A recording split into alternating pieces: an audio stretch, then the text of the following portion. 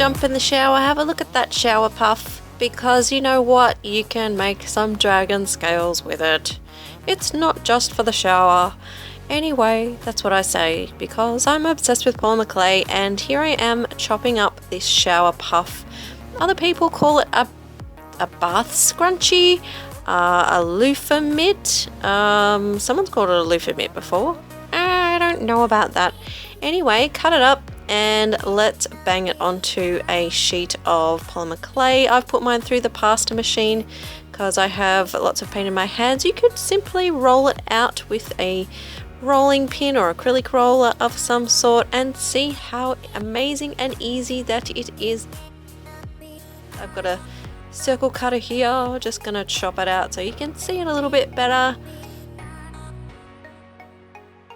And I've got a tissue blade here to get it off the tile. I'm just gonna neaten it up a little bit. You can see how detailed and gorgeous it looks.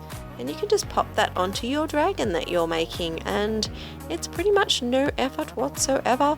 You could even try to just press it directly onto your dragon sculpture as well if you'd like. And here's the finished product. I wanted to say thank you so much for Susie, who left a comment recommending this.